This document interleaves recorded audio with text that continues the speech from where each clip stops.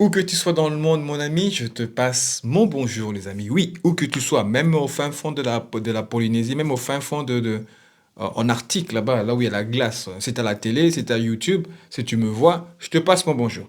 Bon, les amis, trêve de plaisanterie. Avant de commencer, les amis, comme d'habitude, on n'oublie pas les petits pouces j'aime, de s'abonner, de partager la chaîne. Parce que les amis, je n'arrête pas de le dire, l'algorithme YouTube censure énormément les chaînes qui traitent de la Palestine. Donc, il donne moins de visibilité à des chaînes comme la mienne. Donc, la seule façon que nous avons à être visible, c'est vous. Grâce à vos petits pouces, grâce à vos commentaires, et voilà. Et évidemment, agrandir la communauté pour soutenir la chaîne, forcément. Ceci étant dit,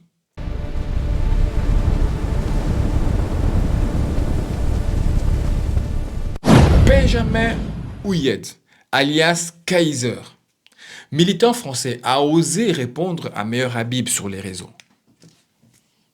Habib, ex-député, avait défendu deux franco-israéliennes poursuivis pour blocage d'aide humanitaire à Gaza et propos déshumanisants. Je l'ai traité, c'est Nelly Machin trouve et Rachel Touitou Tatou. Je l'ai traité dans une des vidéos, allez le voir. Ouyed a répliqué, j'espère que je prononce bien son nom, sinon il m'excusera. Par contre, Habib a sorti l'artillerie lourde. On va s'occuper de toi, petit vermine antisémite. Une menace publique, clairement assumée. Une ancienne figure parlementaire française qui promet de s'occuper d'un citoyen qui critique Israël. La France qui verbalise pour un drapeau palestinien ou un simple tweet pro-palestinien. Mais là, par contre, il laisse passer. Les gens sur les réseaux, les amis, ne décolèrent pas. Ils voient l'impunité totale, le deux poids, deux mesures, le sentiment que certains ont un passe-droit pour menacer. Il se prend pour qui? Le gars, est-ce qu'il a encore le droit d'avoir la nationalité française quand on voit de la manière dont Habib traite la France? Tu aurais été algérien, marocain, ougandais, congolais, sénégalais, n'importe qui. Tu traites la France de la même manière qu'Habib le fait, on aurait déjà parlé de te déchoir de la nationalité.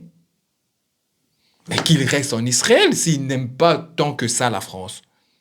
Comme si critiquer Israël était automatiquement antisémite et méritait une réponse hors cadre légal. Benjamin Houyed a répondu, il ne se laissera pas faire, il ne se laissera pas intimider. Eh bien bravo monsieur, je te connais pas mais je te dis bravo.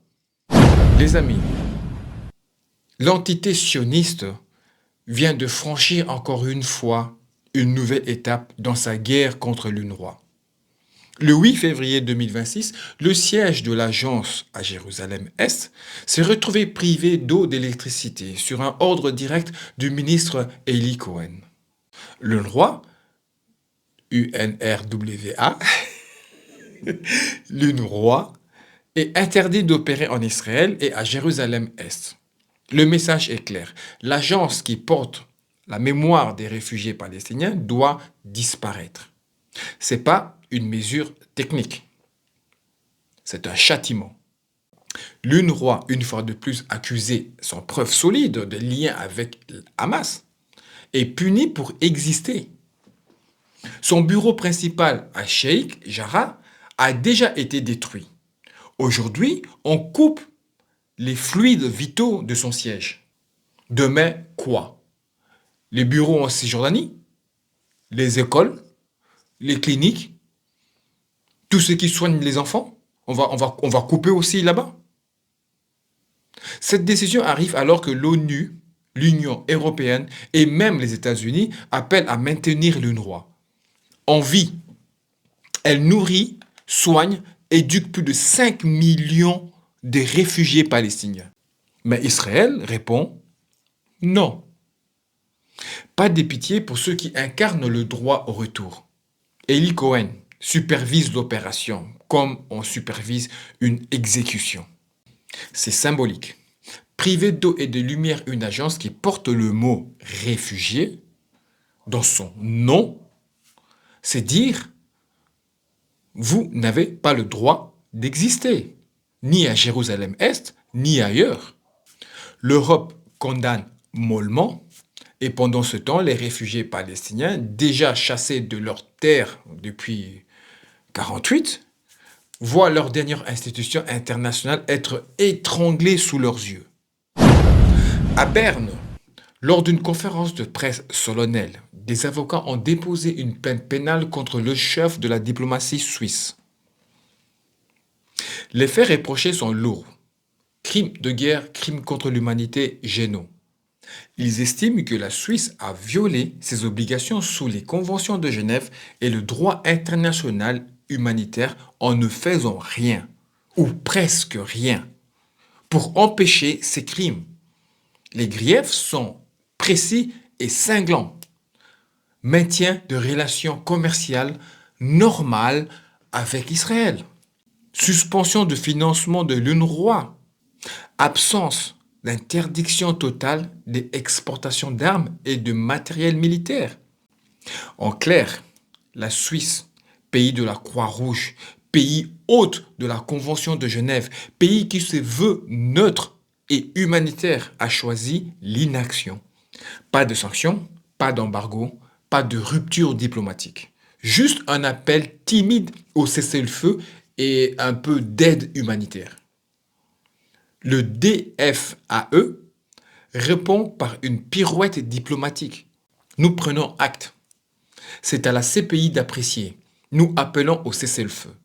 Donc, traduction, selon moi, on ne fait rien. On laisse la justice internationale porter seule le poids moral et juridique. Voilà. Pendant ce temps, Gaza continue de brûler. Des enfants meurent de faim. Des familles sont ensevelies. Mais la Suisse, elle continue à regarder ailleurs. Pays neutre? Ben non. La Suisse n'est plus un pays neutre. La Suisse est devenue un pays complice par abstention. Bon, évidemment que la plainte, elle est symbolique, mais elle est nécessaire. Et en tout cas, la Suisse, qui se veut exemplaire, ici, elle vient de se faire rappeler qu'elle ne l'est plus. Rachel Touitou, les amis. J'adore son nom. Touitou. Bon, j'en ai parlé lors de la dernière vidéo. Elle est pourchassée, elle est pourchassée, poursuivie par la France avec Nili machin, je trouve. Et donc réagit en découvrant cette décision quand même de la justice française. Après le choc initial, je trouve ça véritablement absurde et ridicule, en sachant qu'il y a des dizaines de dossiers ouverts contre des députés insoumis, LFI, qui ont des liens vérifiables avec des preuves à l'appui, avec des organisations terroristes telles que le Hamas et le Djihad islamique et le FPLP et compagnie.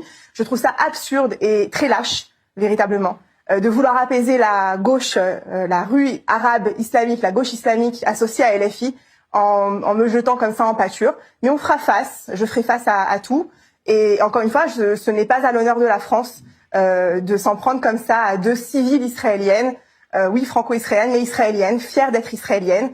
Et à part prendre un drapeau et protester pacifiquement, ce qui est en principe un droit fondamental et un principe fondamental d'une démocratie, en tant que citoyen, j'ai le droit de protester. C'est ce que j'ai fait. Si ça, c'est un crime de guerre, alors c'est la porte ouverte à tout.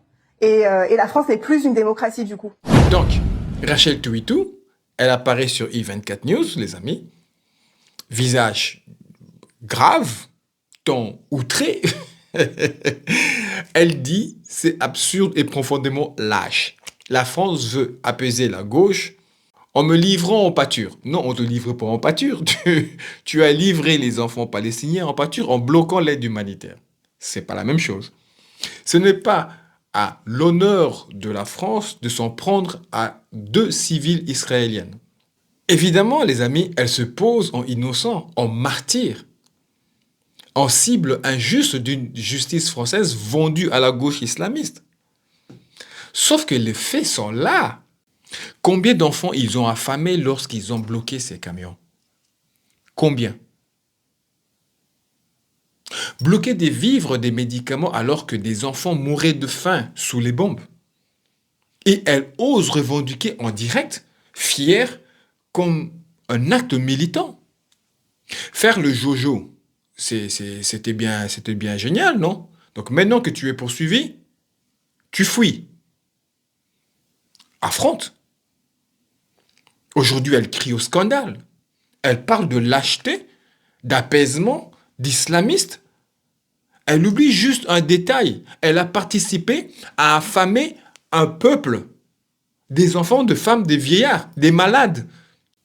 Elle a aidé à rendre la famine plus mortelle. Et elle se sent persécutée parce qu'on lui demande des comptes. La France la poursuit. En tout cas, ça, c'est historique, les amis. C'est rare, mais c'est juste. Mais elle, au lieu d'assumer, préfère le rôle de victime. Toujours la même rengaine, toujours la même. On m'attaque parce que je suis juif. On m'attaque parce que je suis israélienne. On m'attaque parce que... nanana. Mais elle dit jamais on m'attaque parce que j'ai commis des actes graves. Ça, elle ne le dit pas. Toujours le même bouclier. Antisémite, antisémite, antisémite. Pour esquiver leurs responsabilités. Non, Rachel, non. On ne te poursuit pas pour ta religion, on ne te poursuit pas pour ta nationalité, on te poursuit pour avoir bloqué l'aide humanitaire qui devait aider des civils. On te poursuit pour avoir affamé des civils. Voilà la raison pour laquelle on te poursuit. Pas parce que tu es juif ou israélienne, ça on s'en tape. On te poursuit pour avoir participé à ton niveau à rendre la mort plus lente, plus cruelle. Et ça, ce n'est pas de la politique, c'est de la complicité.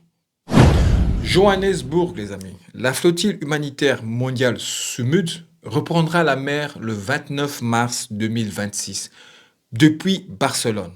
Objectif, briser le blocus de Gaza. Toujours le même objectif, hein. Cette fois, c'est massif. Milliers de participants internationaux, plus de 1000 médecins, infirmiers et soignants, enquêteurs crimes de guerre. Escale prévue en Tunisie, en Italie et d'autres ports méditerranéens. SUMUD agit là où les États se taisent.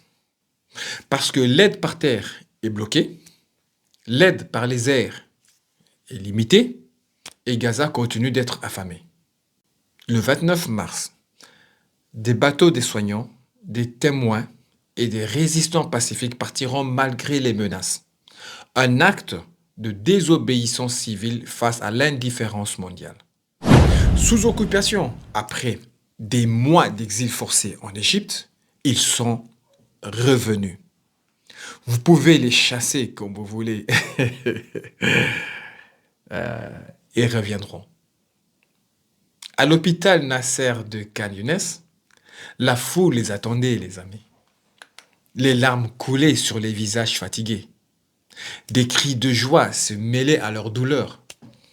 Ils se serraient dans les bras, se touchaient comme pour vérifier s'ils étaient bien réels. Ils rentrent dans les ruines, dans un enfer de bombes de faim et de peur. Mais ils rentrent quand même. Parce que les amis, partir c'est abandonner. Et abandonner, c'est mourir 2 fois. Ce n'est pas un retour facile, les amis. Beaucoup restent bloqués dehors. Beaucoup sont empêchés de revenir. Mais ceux qui reviennent portent une force simple et immense. C'est notre terre, celle de nos ancêtres. On ne la quittera jamais. Ils sont rentrés pour ne pas laisser Gaza vide, pour ne pas laisser l'occupant croire qu'il a gagné, pour dire avec leur corps, leurs larmes, leurs pas, nous sommes encore là. Et ça, c'est plus fort que les bombes, plus fort que le blocus, plus fort que le silence du monde. Ils sont rentrés, les amis. Et leur retour est un cri muet. On ne partira pas. Voilà les amis, voilà c'est quelques vidéos que j'avais à vous présenter aujourd'hui. J'espère que la vidéo, en tout cas les amis, vous a plu. J'espère que vous avez pris plaisir à m'écouter. Comme moi, évidemment, je prends toujours plaisir à la faire pour vous. La vidéo est maintenant terminée les amis. Mais les discussions continuent dans les commentaires. On continue à laisser des pouces bleus, des commentaires. On s'abonne pour soutenir la chaîne. Quant à moi les amis, j'espère vous retrouver très bientôt. Et en attendant, je vous dis paix sur vous.